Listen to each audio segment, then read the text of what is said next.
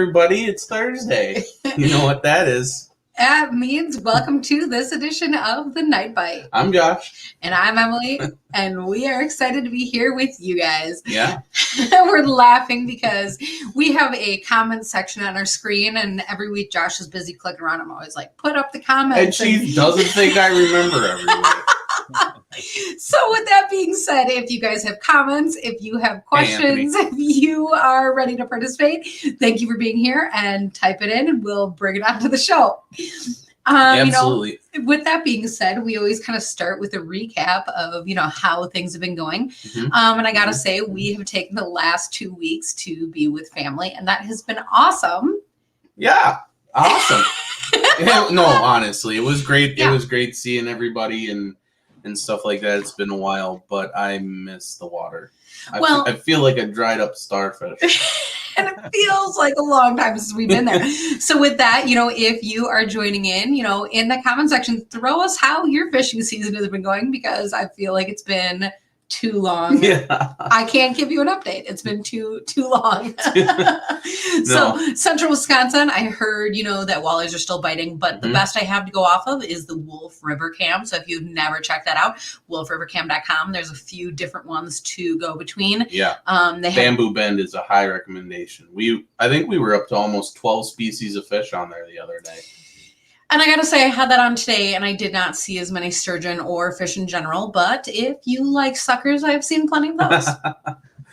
Yeah. Well, and as far as a fishing report, I mean, I've been hearing stuff about, on the Wolf River again, down by the Fremont, Oshkosh area, the white bass are starting to school up. There's been some sightings on the Shiocton camera, so it won't be long. The herd's coming up, so get your flies out. We're going to be doing some night fishing this weekend, I think. So actually going to be on a night bite. Yeah. Yeah. So we'll see how that goes.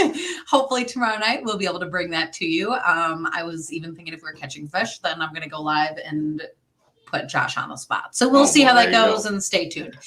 But in the meantime, let us know your water temperatures or let us know your questions. And otherwise, and if there's events, we talk about events. If there's events coming up that let us know that as well. And we'd love to show that out. But otherwise, talk kayaks. Yeah, bring in our guest. All right. Brian, how's it going? Good. Yourself? Oh, pretty good. Pretty good. Welcome to the show. Thanks for being here. I appreciate you guys having me on. This is just odd for me because I'm not usually on this side of the interview. You know what I mean? No, we understand how you feel. It's kind of weird being the opposite of what you're used to. Right. No, thanks for having me on, man.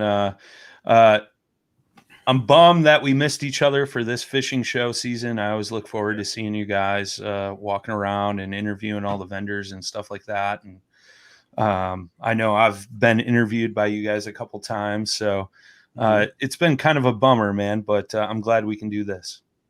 And you know what? We'll get back to it. It'll be awesome. It'll be awesome this coming year. I agree. So you're right, though. We did meet at shows, and you're always at kind of a fancy booth, but you do even more than that. So, tell us a little bit about yourself and what you do. Yeah, sure.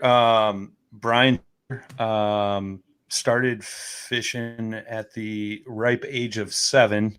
Actually got hooked on fishing through ice fishing with my father. And I gave you guys a photo. I don't show many people this photo. That's young Brian there.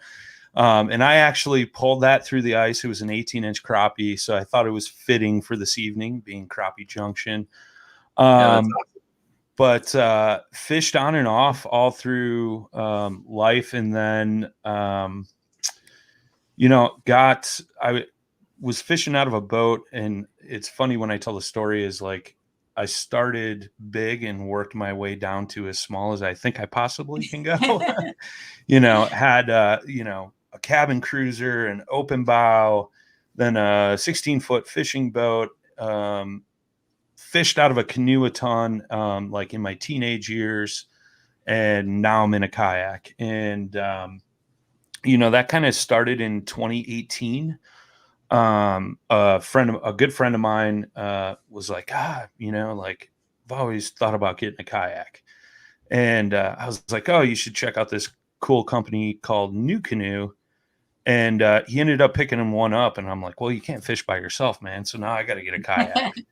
And lo and behold, my boat sat in the garage, and it still sits in the garage. And I have strictly fished out of kayaks. But in 2018, we thought it'd be cool. We were both heavy into podcasts, and we thought it would be cool to kind of like document our journey into the kayak fishing world, so to speak. And we started what's known as Paddle and Fin Podcast. And we never thought anybody would listen. We were like, this is just something we can go back and listen to and make fun of ourselves. And it's grown exponentially. And we turned it in from doing like one show every 3 weeks to 2 weeks to now currently we have, I think it's 10 or 11 different segments, 7 days a week. So wow, that's awesome. It's nuts. But yeah, it's been crazy, man. And especially nowadays, I work for a kayak retailer in the northern Illinois area, Rockford, right on the border of Illinois and Wisconsin. That's Rocktown Adventures. Do the podcast, fish tournaments. Now I'm running tournaments, and I'm just heavily involved in the kayak fishing world, I guess you would say. Yeah, that's great. And then the show is, for the few episodes I've gotten to catch up on, that it's a fun listen, especially in a niche that is very lacking in audio content. Angling on podcasts is very hard to find, and there's a very big need for it. So, anybody that's looking to fill in get their fishing fix in the car or whatever, definitely check out the Paddle and Fin podcast.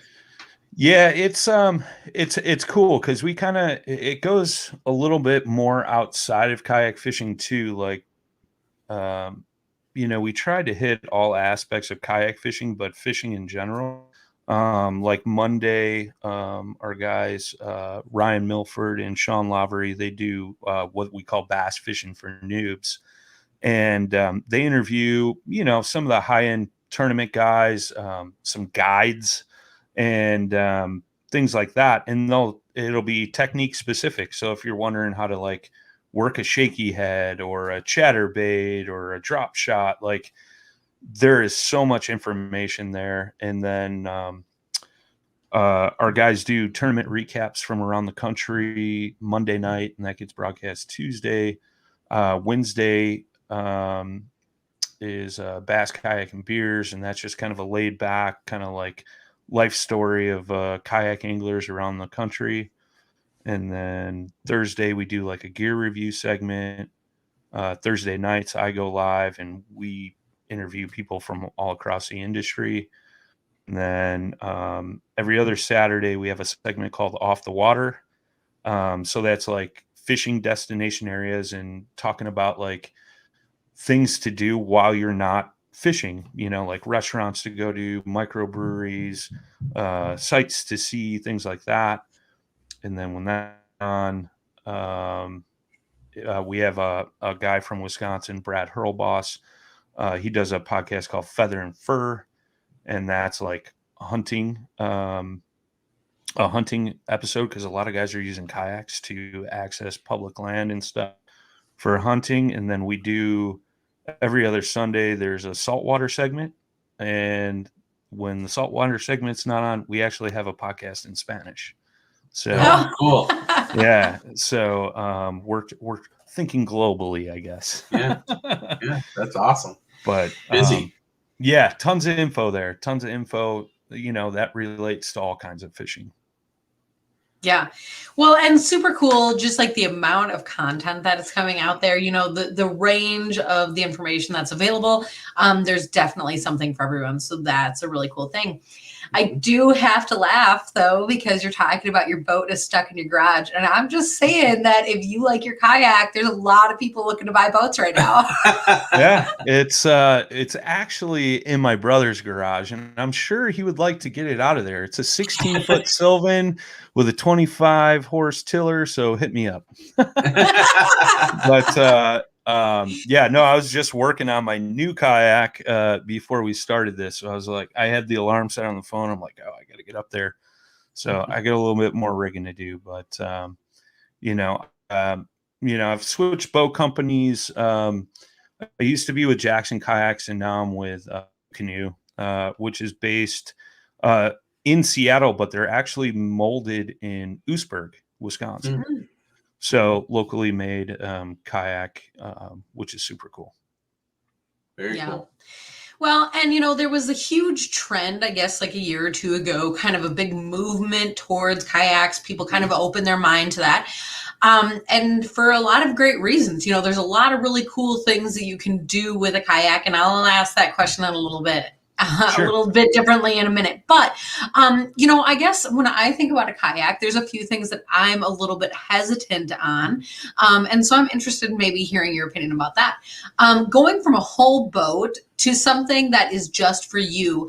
I love going out and fishing with my friends and stuff. How do you tackle that as somebody in a canoe or kayak? So, it's funny. You can still,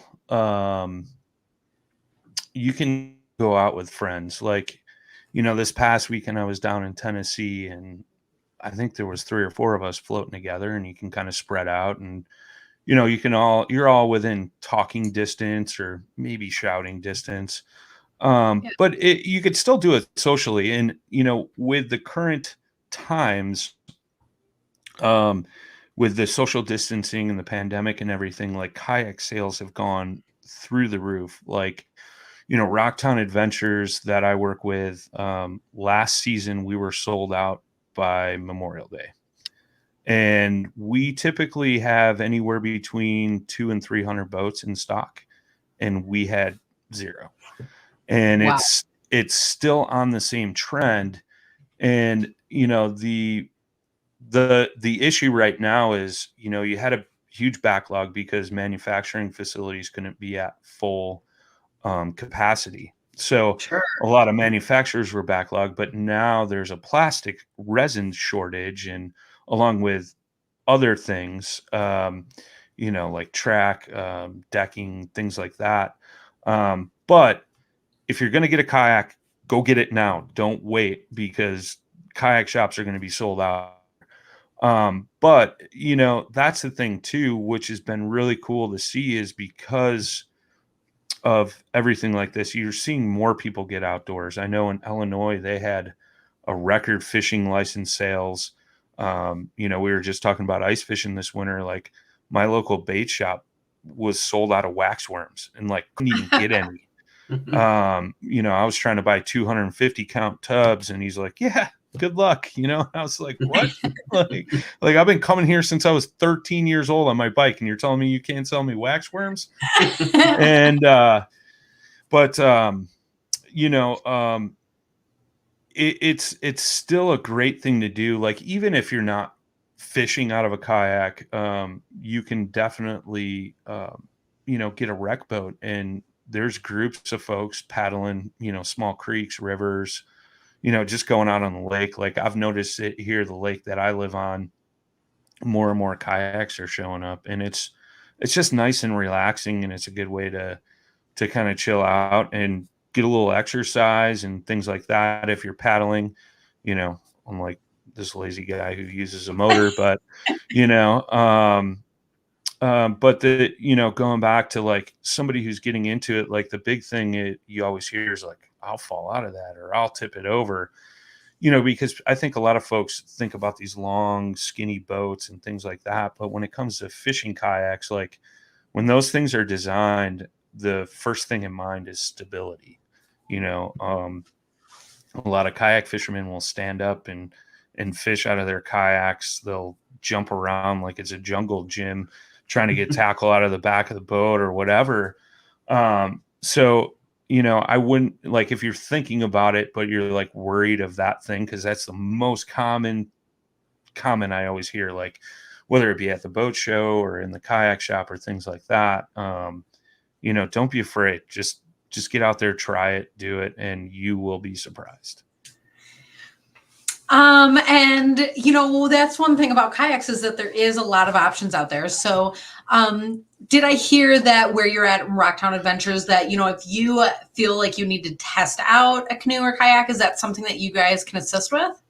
Yes. So, absolutely. We have a whole warehouse full of demo boats, in pretty much every kayak shop around the country will have demo boats for you to try out before you buy it.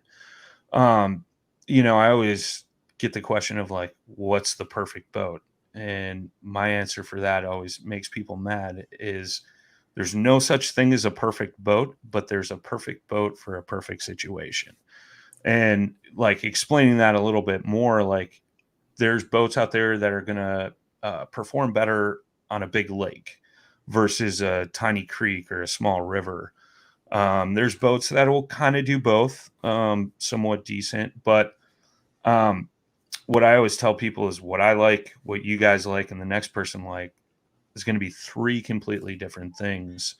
Yeah, I'm part of the new canoe fishing team. I'd love to see you in a new canoe, but that one of their models may not suit your needs. And Right.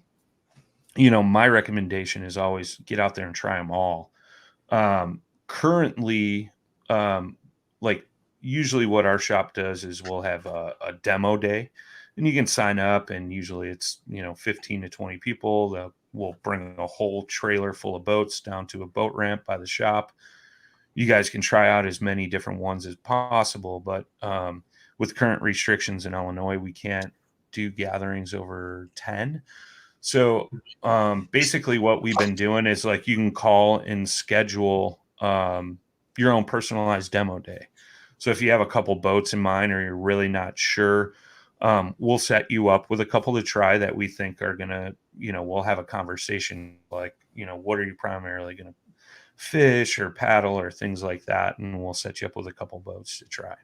So, well, and the other thing that's important, and I'm certainly not a kayak expert, but if you have ever been to, like a resort or a vacation spot or whatever, and they have like a crazy open kayak to like sit on and take out in the lake for a short time, to borrow, that can be a lot of fun for a day trip. That's perfect for a little vacation. But if you are looking into a kayak for fishing in, it's nothing like what you've probably been in. So, Brian, when you're talking about like stability or different options for setup, that's something that certainly would never be available in, your little resort kayak. But that's the thing, is the options are out there, and finding what suits you is what's important.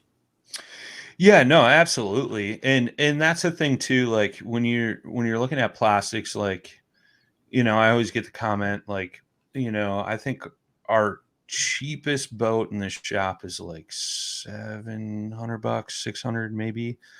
And I'll have folks go, well, I can get this kayak at Walmart for $150. The plastic, the quality, everything like that is completely different. Like Yeah. if you're not sure if you're going to like kayaking, yeah, you can go that route, like get that cheaper boat and then upgrade later. But typically, those big box store kayaks are like little 10-foot sit-in sides, not the most comfortable. Not the most stable Not, necessarily. yeah, exactly. They're cheaply made, things like that. And we even rent our demo boats too. So like if you're really not sure and you want to take it for a weekend, absolutely we'll do that. And say you want to try boat A and you want to take it for the weekend, and we charge you, I think it's like $75 or something. And you come back and you're like, yep, this is the boat I want to buy. We'll take that off the price of the boat you purchase. So you're That's not out that money, So, at our shop, and I know a lot of shops are similar, like we want you to have a great experience. We want you to go home happy with your purchase and not come back and be like, why'd you sell me this? So we go the extra mile to make sure that it's going to suit your needs and work out for what you're doing. And then we do actually have a question here. And I know that's kind of one that Josh asked one time, about if he would fit in a kayak. But Terry's asking, what is too big for a kayak? He's 6'6" and 380.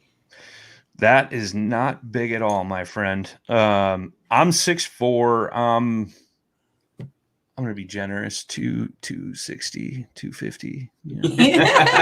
But there's definitely some boats like the picture that you guys posted of me, that was the old boat I was in, and that's made by Jackson Kayaks. And my father is probably 6'3", Terry, and he's probably close to the same weight. Did totally awesome in that. It's a pedal drive kayak, but you can also take the pedals off and put a motor on that. He absolutely loved that.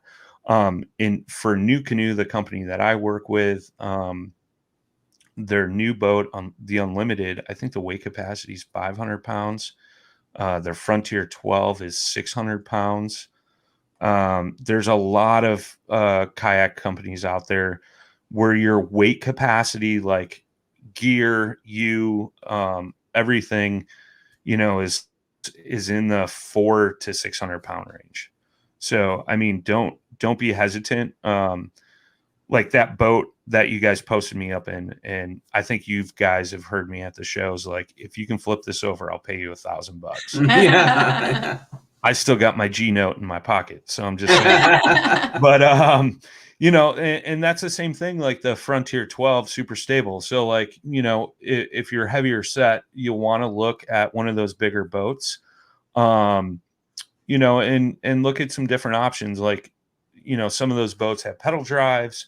Some of them you can paddle. Like the Frontier 12, it's not the easiest paddling boat, but it's super stable. And I see a lot of bigger guys get in that boat for that reason, because they're just nervous of it. And then they get in it and they stand up and they're like, I don't know what I was worried about. But, so by all means, there are many different boats out there, and I've only named off like 2 manufacturers, like Bonafide Kayaks. I think that's 500 pound capacity for the SS-127. The new Wilderness Systems Recon, I believe, is like 450, 500. Hobie Kayaks, I believe their weight rating is 500. Who am I forgetting? Jackson Big Rig, that's another boat that guys love. And I think the weight capacity on that's like 450, 500. So there's plenty of boats and plenty of options out there.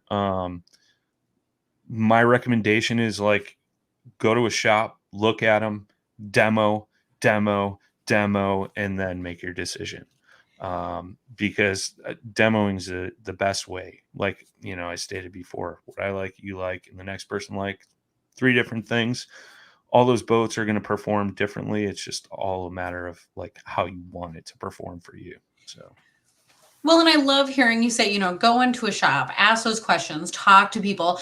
Because the other thing I was going to say is, there is not shows going on right now. And that's a bummer, because the one thing, I mean, I'm not a kayak expert, but the one thing that I've learned from going through those shows is that, we all think kayak, like that traditional shape, that traditional, whatever. Yeah.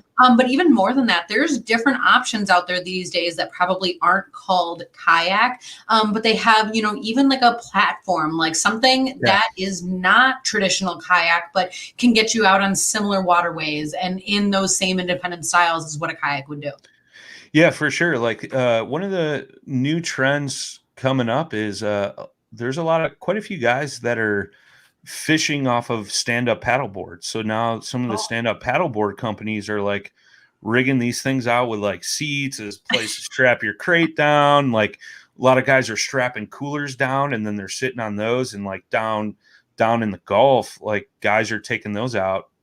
They'll have the cooler strapped down, and then they're standing on the cooler sight fishing, Wow. on the flats, which is really cool. But yeah, I mean, there's so many different options out there, like as far as like a personal watercraft. And kayaks are just exploding. Like, you know, it's hard to explain, but when you're fishing out of a kayak, it's really intimate. You're closer to the water. You just have to do it. It's hard for me to explain. I've tried to explain it to so many people, but it's a lot more intimate than standing on the front deck, running the trolling motor, things like that. And I think people get a lot out of it for sure. Well, and I think to touch on that a little bit, I find, you know, like Emily said, we're not kayak owners yet, but we have joined several kayak groups, like Let 'em Run kayak group on Facebook. I know for us, there's like a Wisconsin beginners kayak group. Like there's all kinds of them.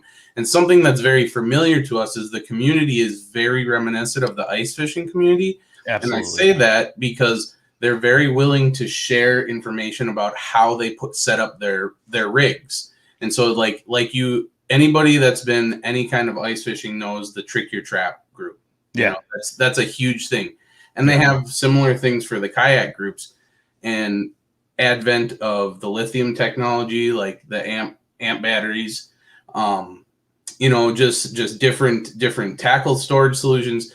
Like even if you're a bigger guy like me, the amount of stuff that you can bring with is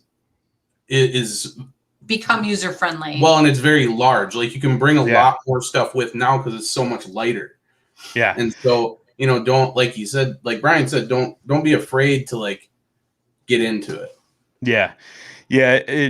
You know, the joke with me is always, I don't pack light, and I get a lot of flack from that. I always pack too much tackle. Like, you know, I'll have 3,700 boxes in my crate, like 4 bags full of plastics and who knows what else. But yeah, it's crazy the amount of accessories that have come out in rigging up. But the kayak fishing community in a whole is just it's absolutely unbelievable. Like I used to fish some boat tournaments. I used to fish some of the walleye tournaments with my good friend Scotty Purrs. He fished the FLW walleye tour before it went to MWC. He still fishes a couple MWC events, but it's unlike anything else, man. Like, you know, this past weekend we had a tournament down on Dale Hollow in Tennessee, and we had one guy who really wanted to come down, fish the tournament. His car blew up. He's from Ohio, and we ended up giving out a sportsman award to this guy at the tournament during the awards because, well, to him and this other gentleman, another guy from Ohio was coming down. He knew him, but he didn't know him. You know, it was like one of those things, they're friends on Facebook, but never really talked. And he reached out and he was like, "Hey man, I'm going to make sure you make it there." And he was like, "What?" And he's like, "I'm going to drive, come pick you up. I'll pick up your gear. I got an extra spot on my trailer. A bunch of us are renting a cabin. Stay with us. We'll get you there." And sure enough, man, he got there, fished, had an excellent time and things like that. But not only that, but, you know, I've been at tournaments myself, and, you know, when you go to a big boat tournament and guys are rigging up, they're kind of like, you know, making sure the next guy over is not watching. Kayak guys, they're like, "Hey, what's going on?" "Oh, I'm just tying up, you know, flipping jig. Green pumpkin's been the hot color, brother. You should tie that on."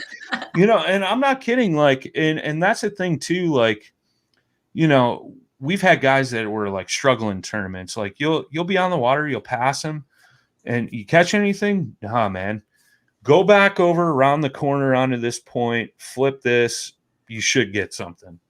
You see the guy at weigh-in, and he's like, "Dude, thank you so much. I just smoked my limit. It's not the greatest limit, but I filled my bag, and that was awesome. Thank you so much." Like, kayak guys, I can't say enough things about them. They go above and beyond to make sure everybody's having a good time, help each other out.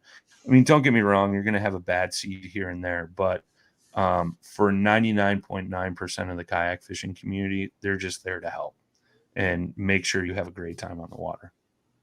And that's why I love being a part of it. I mean, Yeah. Oh, that's awesome. Yeah.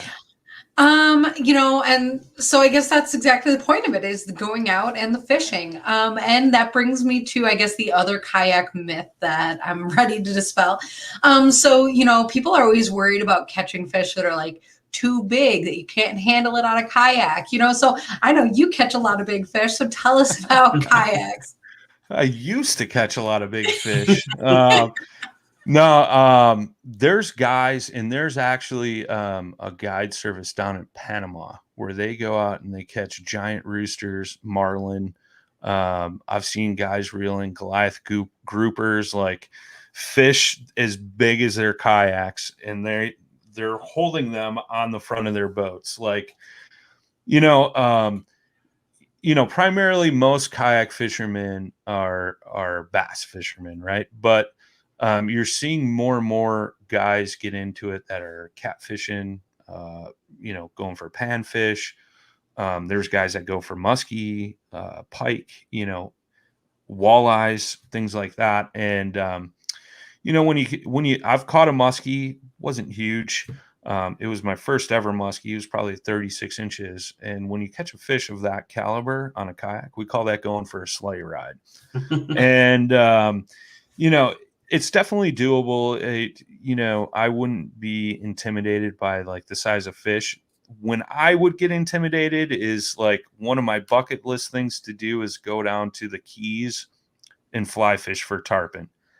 Then I might have to change my shorts after I get the fish in, but it's definitely doable. Guys and gals do it all the time. So. Yeah, that's awesome. I think a lot about spring pan fishing because, especially when fish go shallow and sometimes they're preoccupied, building their little nests and whatever. Yeah. But I think to some extent, having that ability to be stealthy, quiet in the water is a huge advantage. So especially with spring coming up, that could be a really fun time to get a kayak out there.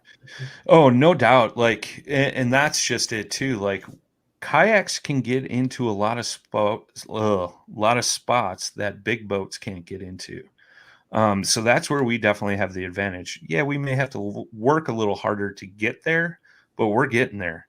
Kayak fishermen are very adventurous, and like right now, like this past weekend when I was in Tennessee, the fish are just staging up on beds, and I pulled into some flooded timber that was maybe 2.5, 3 feet deep, and down logs everywhere. They had some flooding down there, so there's log jams everywhere. I snaked my way back into this cove, and there was a fish fanning a bed right next to a tree, and I stood up in my kayak and pitched to it for about a half hour before he finally picked up my little jig and hooked him, took a photo, and released him back. So, that's definitely one of the coolest things is especially like you're talking about, you can get into some gnarly places, but you can do it really quietly. Me, not so much. I'm very clumsy and I bang things all over the place, but you can be stealthy and get into those spots and get set up. Whether you're pan fishing, bluegills on bed or a largemouth, or you're just in this huge grass area where fish are congregated, they'll never know that you're there until they see you. Whereas, in a big boat, most of the time they hear you coming as you're approaching that area. Well, and that's a really kind of funny thing that you're talking about. The first thing is that the fish have to see you. And then I guess that just reminds me of, there's a lot of really cool striker gear out this year, and it has, the veil strike pattern. I happen to literally just be wearing the buff and it's on the sleeves. Nice. But it's actually, engineered to blend into the water. And so you cannot be seen. So I think that's actually a really cool thing. You're talking about like, if the fish see you, well, just make it so that the fish can't see you. Yeah, I mean, and that's the thing too. Like you'll see a lot of guys, like especially in the springtime when they're fishing up shallow, bed fishing, for bass, like they'll try to blend into their background. So they're wearing a lot of grays, greens, blues, things like that. So they're kind of blending in. But a lot of times you're standing, so that's when you're bed fishing, so they may see you. But granted, you're not in this huge 8-foot wide boat by 20 feet long. You're in anywhere between typically 10 to 13.5-foot kayak. Well, and what a great point. If you're on a really busy waterway somewhere, a kayak is a really low profile way to, kind of check out new spots or visit maybe your favorite little fishing hole that you don't want, your big boat to expose. Sometimes a kayak is kind of pretty unassuming as far as fishing goes. And so you kind of can't, we're talking about being stealthy to fish, but sometimes you can kind of be stealthy among other fishermen. Well, now I'm sitting here thinking, you got me thinking like, oh, that's like the open water equivalent to a hole hopper bucket. So I guess that's going to be my kayak's name. I'm going to put hole hopper on the side. I like it. Well, that's the thing. Like, I mean, kayak guys, they'll be kind of secretive about that. Like if you got a honey hole, I've seen guys like you guys know my co-host Jay, he fishes a stretch of a certain river that is in the southwest suburbs of Chicago, and there's some pretty significant landmarks, whereas if you take a selfie with a fish, like you see that, exactly where that is, and the closer you get to Chicago, the more you expose that, the more people that are going to show up to that spot. And that's kind of like his little honey hole. He usually doesn't take too many selfies there unless it's something big, but that's the thing. Like you can get into these small ponds and lakes that, you don't have boat access to. It may take some work to get in there, but you're getting in there, But you're getting Yeah, that's a great point because, kayaks don't take fancy landings or anything like that. That's kind of an always acceptable kind of thing. So that's really fun. Yeah. Yeah. And I mean, there's a lot of kayak carts out there too, where, you kind of strap it to the back of the boat, pick up the front handle, and you can wheel it through the woods. I forget where it is, but there's a lake somewhere up by Minocqua where it's like, you got to hike a mile into there, but there's like giant smallmouth in there, I guess I've been told. And you got to take some work to get in there. But once you get there, it's awesome. And there's a few lakes in Illinois here that are like that are old like strip pit mines where you got to kind of hike back a little bit to get to those certain lakes. But once you do, that's unpressured water, which makes for an awesome day on the water. That is really cool, actually. Yeah, very cool. Makes me really want to kayak. Yeah, it's that's the thing. Like I said, like you can get into some crazy places that other people can't necessarily get into. And I think that's one of the things that makes kayak fishing so unique is you can be in a spot that maybe one person all year has been in, if that, especially when you get into like I said, this past weekend, we were on Dale Hollow Lake, which is huge. It's a huge reservoir. And especially like this time of year when they get a ton of rain, you'll get a bunch of, logs that wash into the water, things like that. You're not maneuvering your $100,000 Vexus through that, right? But, your kayak, plastic will take a beating. That is for sure. Fiberglass, not so much. And you can get into these back areas where fish just stack up, and even like where the creeks come in, that's the thing too. Like I love floating like small rivers and creeks. They get so overlooked, but they hold giant fish. And, if you can get back into those places that nobody gets to, then I mean, go for it because you'll be surprised. Very cool. Yeah, that is really cool. Oh, man. So we could talk kayaks all night and certainly fishing all night.